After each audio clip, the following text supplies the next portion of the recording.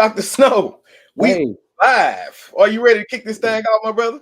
hey man, how are you doing? I'm ready. Let's Thanks, do it. thanks for KTTV, giving you what you need. Motivation, education unleashed. H-Town representing, we forever keep it rolling. Join the conversation with inspirational stories. Thought provoking, feel that energy.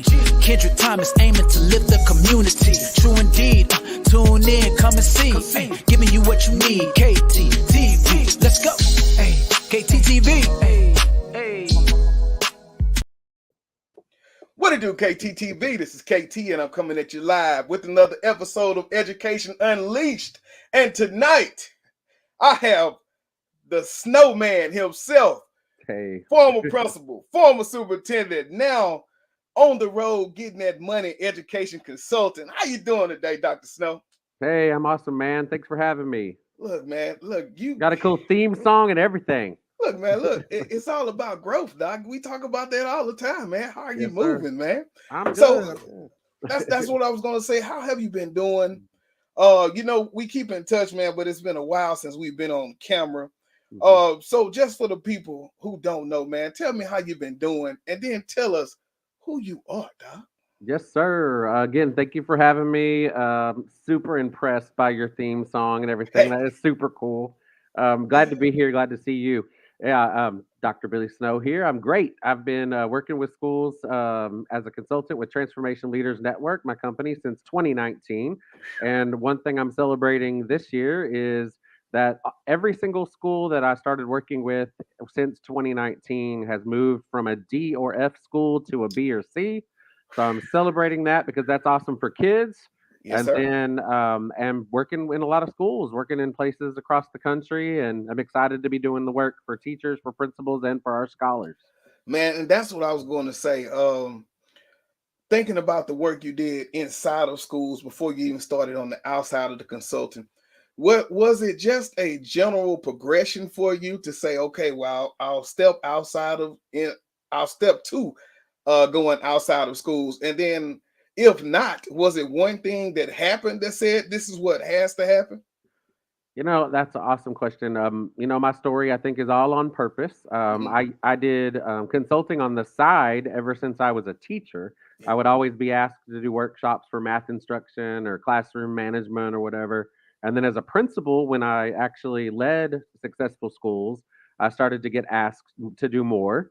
And I still just loved being on the campus as a principal. And it just kind of always was something that I was doing because, I was a Texas Principal of the Year, national principal finalist.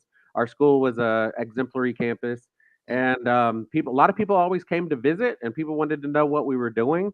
So that part of it was very natural. And then the progression turned around 10 schools in Shreveport, Louisiana. Hey, Shreveport. hey, Um, then became a chief of transformation in Dallas ISD and a superintendent. And I think the thing that made me take the leap to doing this work full time was having health problems as a mhm, superintendent. We moved that district to a B rating, and a mhm, lot of people didn't think it was possible. But I ended up in the hospital 3 times in 6 months, and mhm. just decided to focus on my health and prayed about it a lot. And the answer came to me. Billy, you need to write your book. You need to tell your stories. You need to do your consulting and help make a difference on a grander scale, Yes, and sir. also be there for your family. And speaking of that family, I just became a grandpa recently. I know I look way too young to be a grandpa. But anyway, I just became a granddad. So it's all about family and it's all about these kids we serve. Yeah, man. And as you think about going and doing that leadership, I'm gonna put you on the spot and just say one thing that leaders must have in common to go in and be successful as they transform a school. What is one thing that you think was that pizzazz that moved you to those schools and was able to produce results? I think you do have to have the passion Mhm. required and the ability to move the culture. Yes. You can learn a lot of good strategies, but you have to have the passion to be able to serve the kids who need us most and be able to lead people with that passion. Mhm. Man, and so speaking of leading and culture, tonight is Mhm. all about creating that positive school culture. Hmm. And so I felt this was important because in a world where teaching is getting harder, you got teacher shortages, and that's getting more real. I just want to discuss why it's crucial to make sure that we have staff that looks forward to coming to work and enjoys their work. Which, by the way, shout out to Hmm. my principal today. We went crazy. But so first thing I want to do is kind of talk about the why. So, Hmm. Doc, in your words, can you talk to us about what you believe a positive school culture is, and why it's so essential in roles like yours as a transformation leader?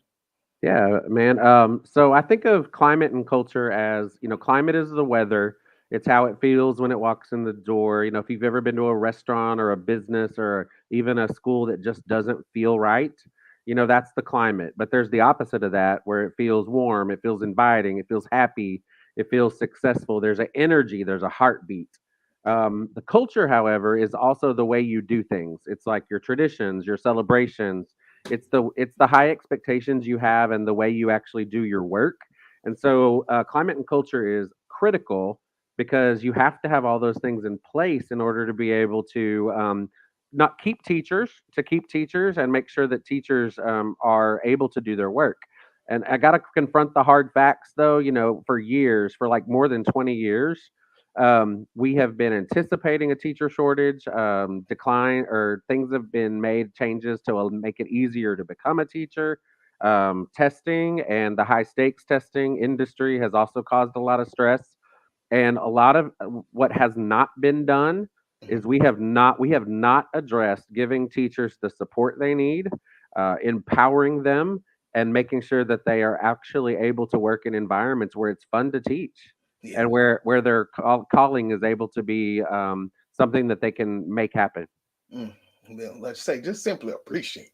Yeah, Thank you. You absolutely, know, absolutely. so and I started with that why to just show the the importance of building that positive Hmm. culture as a leader.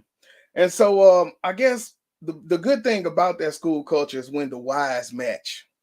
Hmm. You get better results in school safety, teaching, learning, institutional environment, relationships, and a media. So, as a consultant with schools, you see so many school cultures on both sides of the coin, good and bad, Hmm. like you said. Yeah. Which of these do you see yourself coaching the most on when it comes to culture? And what are some of the ideas that you give to shift their thinking? Yeah, awesome. So, I only work with schools who are in need of change. Mhm, I work with schools who are lower performing. Typically, the schools who I work with are C, D, and F schools. mhm, And when you look at those schools, I always look at a few core things. The big rocks for me are climate and culture, um, teaching and leading. So, like, what is happening in the classroom and how are the leaders coaching and supporting their teachers? And then you have, how are we making decisions around data? So, data driven instruction is another block. And then, our intervention and equity is another one of those four big rocks. And you see that it's basically like four wheels on a car. mm, There's not one thing that is the answer to everything, yeah. but one of those four wheels is climate and culture. And without that going well, without you having a positive climate and culture, a powerful climate and culture, the car doesn't roll. Like you could buy a program, you could buy a curriculum, you could try some strategies, and regardless, it's the car is not going to drive if you don't have a positive climate and culture. So I like to think of it as one of the four wheels or one of the four big rocks. Mm. And And all of then, the schools I work with have to yeah. address it. It's part of the work we do. And so when you're thinking about addressing it, like what would Mhm. be some of the first tidbits? Like let's say if it is down, nobody wants to be there. Yeah. How do I, or even as a new leader, what would you say to begin to shape the culture that you want? Sure. So I remember when I first started as a principal, and basically at the time was given the keys to the building and didn't quite know what I was doing. So I knew, what I stood for, but not necessarily how to start. And I called my mentor, Miss Judy Pardun Zuber, who was my principal, and I asked her, where do I start? I don't. There's nothing in the file cabinets. There's nothing on the computers. Everything's been wiped clean, and I just have an empty office. And she said, Billy, actually know what to do. Just think about all the pieces and get started. Mm, So I reached out to my teachers. This is the middle of the summer. I asked them to come meet with me, and I wanted to meet with them in either individually and also in grade levels. And the very first thing I did was I asked them a series of questions. What do you love about your school already? What is one thing you would snap your fingers and change if you could? What do you expect from me as your principal? What are your dreams for the school? And what's a mistake that you would advise me not to make Mm. in my first year? And I've kept those kind of questions as I've taken over new positions. And you know what you learn by doing that is you learn to listen to people. You learn to figure out how you could have quick wins or what's something that they've said should change that you can do and do it pretty quickly. You also learn that how to start develop that trust. And from there, the very next thing I did was actually plan a summer retreat for my faculty. And we got together. We had a book study about climate and culture. We had pizza. I turned on all the laminators and copier machines and make sure they had everything they needed. Let them get in their rooms, and you know what? They came. Why'd they come during the middle of the summer? Mm. Because they were curious about who the new principal was. They were interested, and they wanted to be a part of it. Well, that was when we did some of our work around brainstorming expectations. You know, Mm. what kind of kids do we want to produce, and what's it going to look like? Mm. And from there, there's a lot of other things that we did following it, but it's important that you start right out. You start with building relationships, Mm. you start with listening to people and finding out what works and what doesn't, and then you actually do something about it. Yeah. You actually win. You can win some. It could be as simple as being visible in the hallways, or fixing car duty, or giving them enough paper that they don't have to have a paper quota. It could be just some simple stuff that gets them to know that they can trust that you're a leader of your word. Man, that was man, you think about the importance of just those quick wins though, because Mhm. but that is very way to get a quick win. Like you say, what is something you can fix quick? And most of the time it is something with those small wins, or being more present, or feeling more supported, or being on changing up the duty. So great information on that one, Doc. And I think you really kind of answer my question of, thinking of you coming into a school and coaching someone on building up the culture of that school. Mhm. And you have some people who are hesitant for the buy-in. So I'm thinking you'll say that they haven't came in and built that trust. But I will let you tell me. So what happens when I have those hard to pullers? You know, and I think one thing that's really important to remember is that you'll never get 100% buy-in, and you shouldn't expect it. But buy-in is something that develops over time, but you have to do the right work at the beginning and all through the middle to be able to get that buy-in. Let me give you an example. In Shreveport, when we turned around the transformation zone, we had 10 F schools, and one of the very first things that we did was we imagined what kinds of kids we wanted to create together for the city of Shreveport and for the world. And then we came up with together, like all of the leaders that I was leading and teacher committees and things like that, expectations, things like, eye contact, calling people by their first name or last name, talking in complete sentences and agreeing and disagreeing respectfully. And the next question I asked them was, well, how do we accomplish that together? And we decided that we needed to build these mini lessons where we teach, model, practice, and reinforce these things, and where we spend the first week or two of school mostly on relationship building, climate and culture, and rolling out these expectations. But it wasn't rolling them out on a poster or rolling them out on just telling people what to do in a syllabus. It was really creating the activities and lessons that teach kids how to do these things, and then reinforcing it all the time. Well, what do you know? What I noticed was, because we were all doing the same thing, and because they believed in the mission, because of the powerful, inspirational work we were doing, I would say about 60% of the people came along. But you know what happened had to happen next is sometimes you have to set your expectations and hold people accountable. So it's not just preaching and inspiring people and being kind to people. It is all of that plus setting expectations and holding people accountable.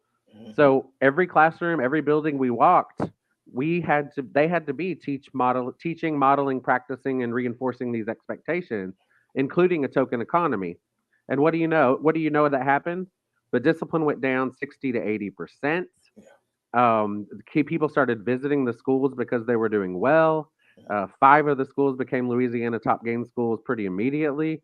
The culture changed quickly Mm, because the plan was clear. The yeah. coach and it was positive and it involved reinforcement, not just telling people what to do.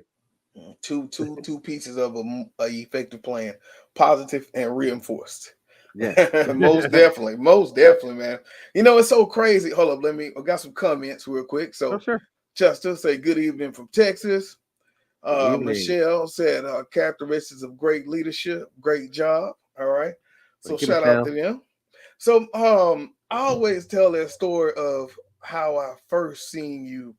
Um it was inside of the Get Better Faster book. So like I'm the district has got this book, dude. I got like 4 or 5 of them. And so but one day I was looking through and they said Dr. Billy Snow, and it said Shreveport, Louisiana.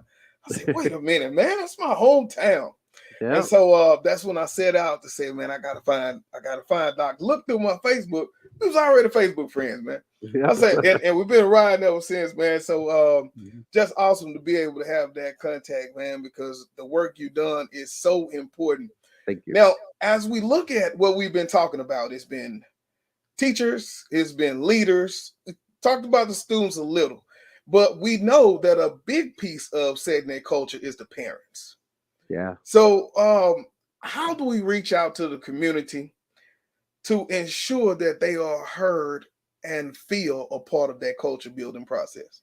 Yeah. I want everybody to know that that takes time. Yeah. And over all the years that I've been in education and had that success, many people have asked that question: How do we get parents to participation? How do we get parents to be involved?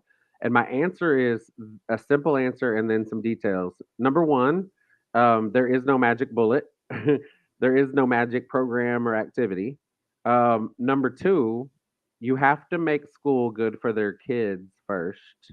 You have to make school fun for their kids. You have to build relationships with their kids. Their kids have to start coming home talking positively about school and having good experiences at school before you get in order for you to also get really authentic participation. Yeah. Now some of the other things, of course, we had amazing parent nights.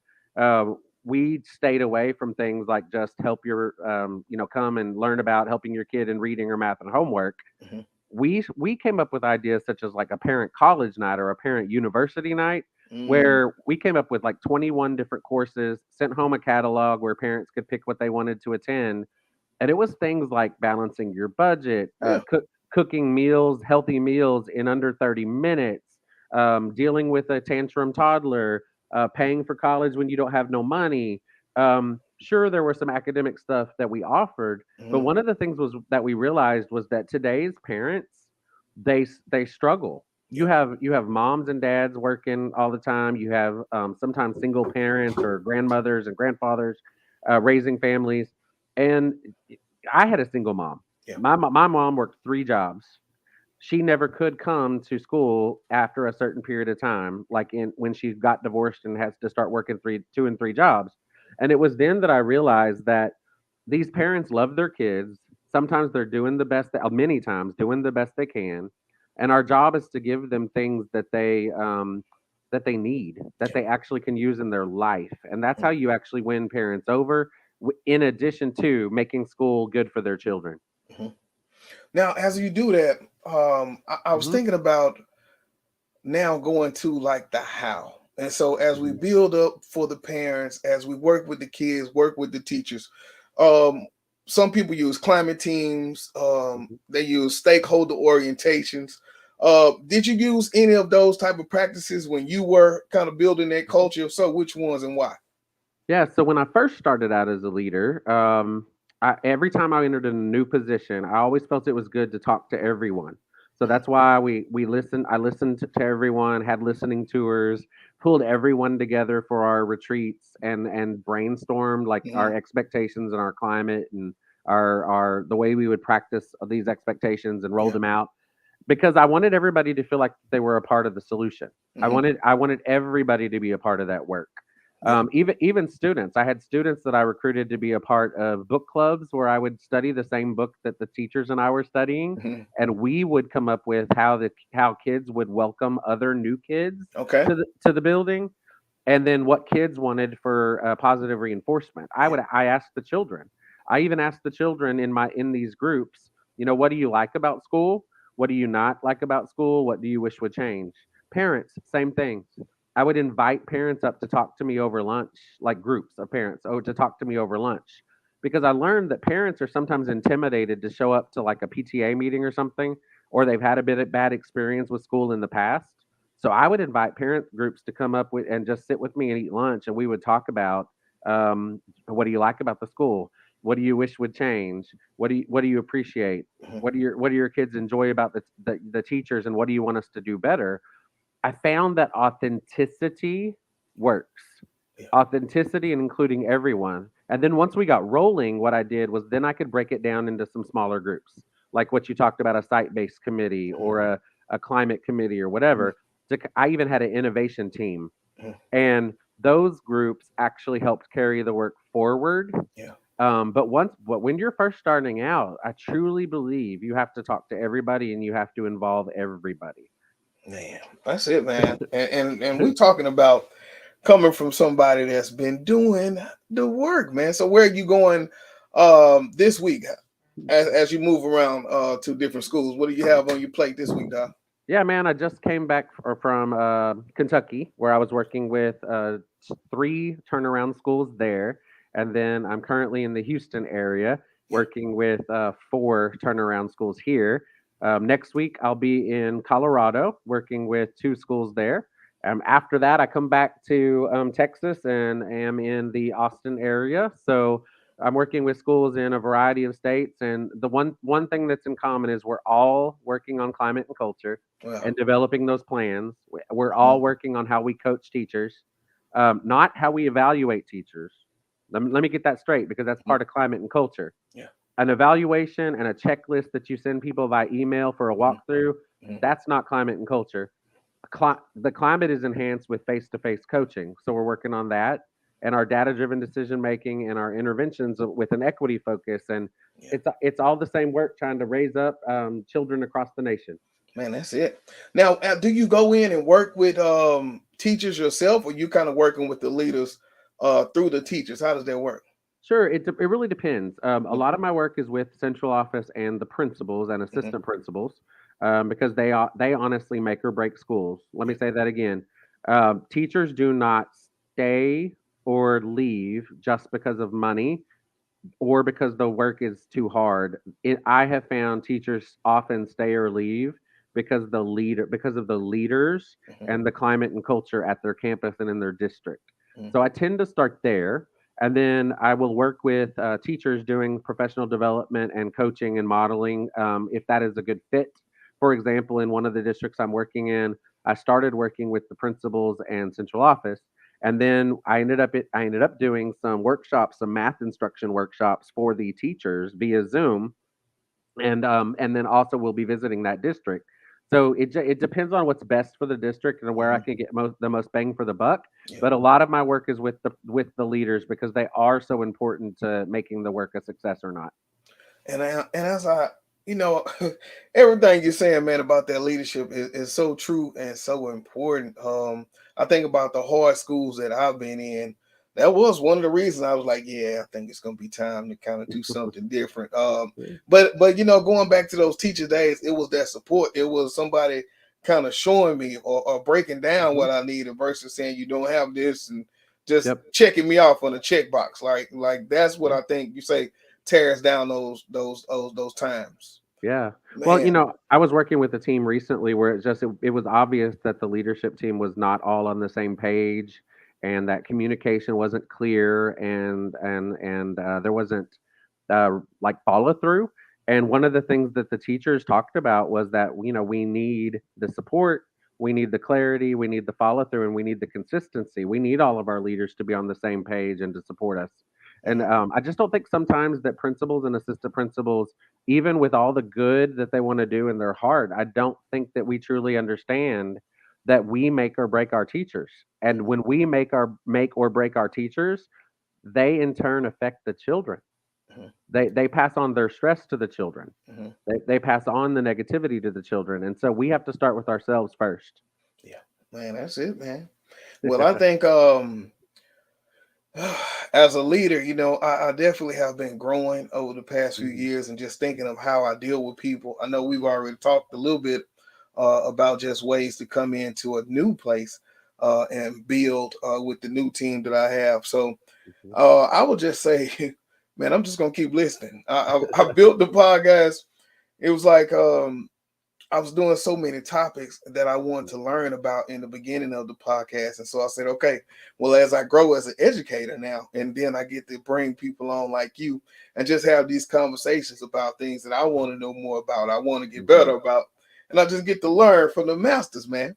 So I will give the rest of the world a chance, man. Any words of wisdom for APs or admins who may be struggling, if it's just Mhm. one sound bite that they Ooh. can hear over and over, what would you tell them, Doc? Ooh, that's a good one. I think my biggest piece of advice is to make the job your own by taking initiative and having fun. Don't forget what it's like to have fun in your work and make a difference. Have fun. I can dig it, man. So tell us again about the company. Sure. Doc, where can we find you? Where can we find the information? What Yeah. about schools when they want to call you out? That's great. Thank you for asking. So the easiest way to find me is through social media. So I'm on Facebook and Billy Snow. I'm on Twitter, Billy Snow at Snowman Learning. I'm on LinkedIn. I'm on Instagram. Those are probably the easiest ways to find me and to message me. If you'd like to email me directly, our business email is TLN for education at gmail.com. That stands for Transformation Leaders Network, but it's TLN for education at gmail.com. Man. And are you doing now as you go to these schools and you think about the work you did with GBF? Are you being able to pull any of that out, or are you just kind of coming from everything that you created? Yeah, everything that I've experienced that has actually worked. Yeah. I've learned a lot in my career.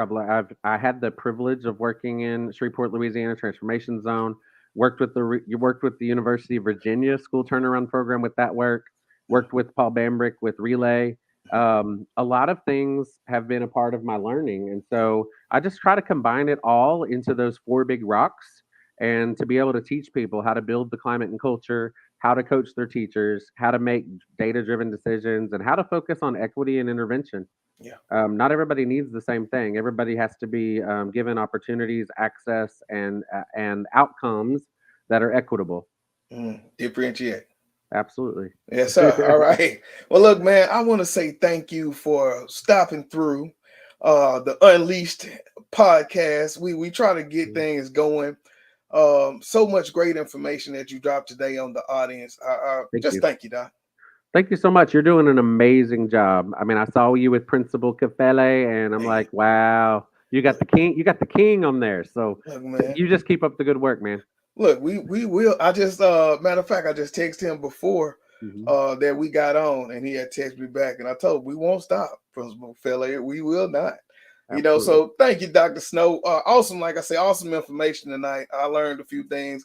Looking forward to sharing this with others so they can really get into that knowledge. And if anybody needs something, I will reach out. Thank you very much. I appreciate it. Thank you, everybody, for listening. All right, y'all. This is KT for KTTV signing out. 100. This is Darnell with Broadcast Houston. This is Dr. Tamara Beckford. Hey, this is Candace. This is London Underwood. This is Kirsten Bass with Inner City Greens, and you're watching. Y'all are now tuned in to KTTV. KTTV. KTTV.